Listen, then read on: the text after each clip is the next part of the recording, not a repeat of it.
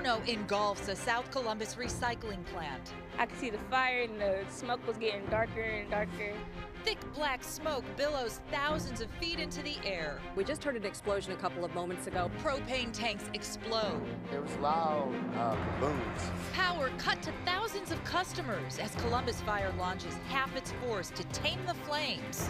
It's going to take a while for us to get this contained. Team coverage tonight as firefighters douse this till dawn. Very scary, very scary. Now on 10 TV News at 11. And 10 TV News at 11 starts with some breaking news. You can see the glow from these flames as a massive warehouse fire continues to burn tonight after blanketing the south side with thick black smoke all afternoon. And all across central Ohio, people snapped photos of the telltale black plume. You see all of them there. Thank you for joining us at 11. I'm Kristen Hartman. And I'm Jerry Revish. Well, the fire started around 4 this afternoon at Universal Paper and Plastic on Marion Road in South Columbus. Half of the Columbus Fire Department was called in to help here. And the fire also knocked out power to more than 20,000 people. That power is now coming back on. 10 TV crews are spread out across the area working to get you answers about the smoke, the power outage, and the efforts to put that fire out. We start with 10 TV's Tanisha Millette live with the latest from firefighters. We're on Marion Road where you can see that the power has finally been restored in this area. And if you look behind me, you can see that there's still some smoke in the area. Now, it's not that thick black smoke that we saw earlier today, but you can still see the smoke in the area that's coming from that plant. Now, at the height of the fire, Columbus Fire says 1/3 of the city's manpower was right here battling this blaze. With propane tanks and stacks of recyclable pellets, fire crews had some tense moments trying to battle this blaze. Fire crews say that there was 20,000 square foot area which was engulfed in flames. Now, it's unclear how this fire started, but investigators say the workers noticed it right away and everyone was able to make it out of that place safely. Firefighters are expected to be on this scene until about 4 or 5 o'clock this morning. And one other note for you, the Ohio Environmental Protection Agency said that there was some runoff into the Scioto River. They're not saying what chemicals exactly, but there was some runoff that they now say has been contained. In addition, the federal EPA will be in the area tomorrow. They will be doing some testing and they will also be doing some air monitoring. We're live here on the scene on Marion Road. Tanisha Millette, 10 TV News. Thanks, Tanisha. Loud explosions, then a sky filled with darkness. That's how witnesses near the heart of the chaos described the moment the fire became an inferno. 10 TV's Glenn McIntyre live near the scene with their story. Glenn? Jerry, we're on Parsons Avenue, just west of the fire scene. Behind me, you can see the orange glow of the flames against the white smoke still pouring into the night sky. It's a much calmer scene now than earlier today when nearby residents didn't know what to think or what to do.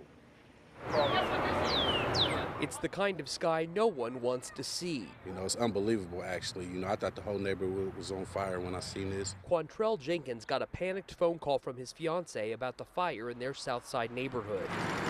But when he could see the smoke from miles away, it brought something else to mind. I was thinking, wow, did a airplane or something crash over there? He and LaVonda Bowers just bought their home 5 months ago. This is my first home. Please don't tell me it's destroyed already. Both were trying to get home to check on their investment. So I had to smell all that smoke. And their beloved pup.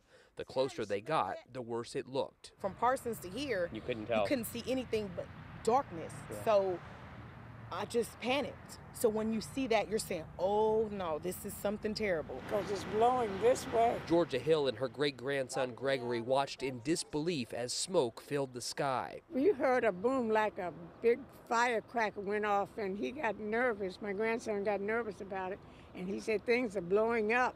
I think we should evacuate and go somewhere safe. Georgia says she considered leaving but wasn't sure where she'd go. So she stayed with a wary eye to the sky. What's going to happen because we breathing all this smoke and it's getting in our lungs and there's no way we can stop it.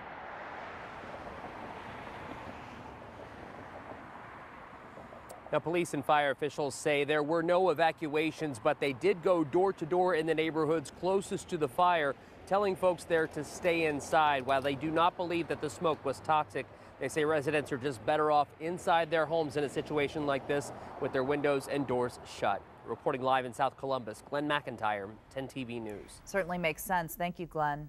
The Columbus Fire Department requested AEP shut down the Marion Road substation. That was for the safety of the firefighters at the scene, but it cut off power to thousands of people. 10 TV's Josh Poland spoke with residents affected by the outages. He is live in the neighborhood just south of where the fire is.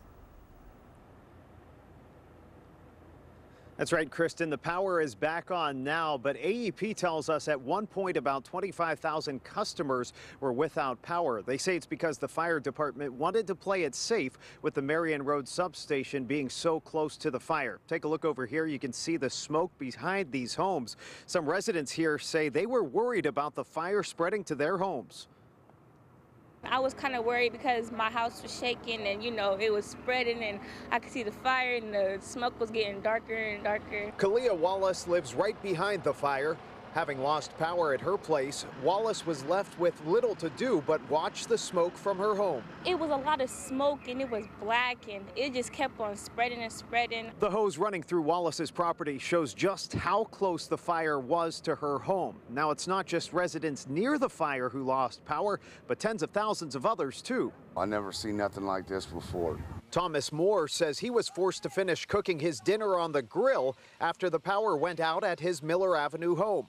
His place is about 3 miles from the fire, but he says he was able to hear several explosions. It was loud kabooms. You could hear, I mean, it's almost like gunshots going off. With the plume of smoke visible all over central Ohio, it's something Moore says he'll never forget. To see the smoke, you know, that far up where you can see it from Buckeye Lake, you know, all the way to Newark and everything else, it's crazy. AEP says it had most of the power restored by about 9 this evening. They waited a little longer to restore the power to the area near the substation.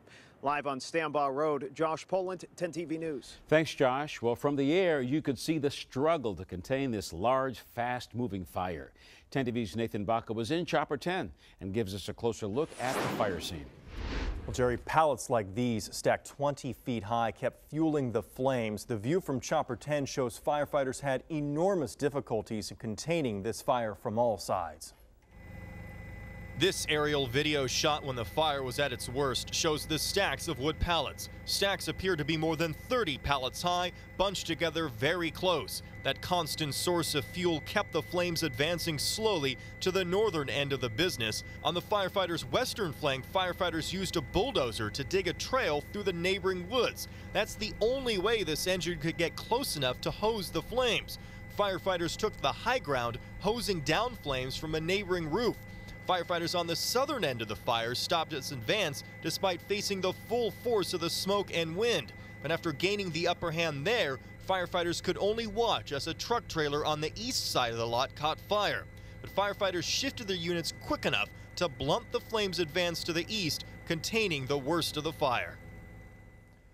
Firefighters kept pouring water onto the stacks of pallets, but the stacks were just too high, leaving no way for the water to soak the wood pallets in time. Nathan, thank you. In every neighborhood in Columbus, you could look out your window and see the thick plume of black smoke rising into the air. But people in more than at least 11 counties reported seeing that massive cloud, even from Marion County, 60 miles north of the fire, all the way to south to Piketon in Pike County, 50 miles south of Columbus. Let's take a look at some of the photos that you guys snapped. This one captures the smoke rising from the horizon in Amanda. That's in Fairfield County. And this next one was the scene from Jen Streeter's home in Grove City this evening. I want you to take a look at how the fire changed the skyline tonight in Columbus, the plume of smoke rising in the background. We also have an aerial view for you from a drone in Pickaway County. Doug Tussing sent us this video of that smoke off the horizon 26 miles away. It caught the attention of everybody today. That smoke plume was so massive, it could be even tracked on live Doppler 10 radar, and you saw that coming in. Very unusual. Actually, one of the few times I've ever seen smoke on the radar. And here's why. That plume reached 10,000 feet. It was so massive, so high up in the sky that it was visible on the radar.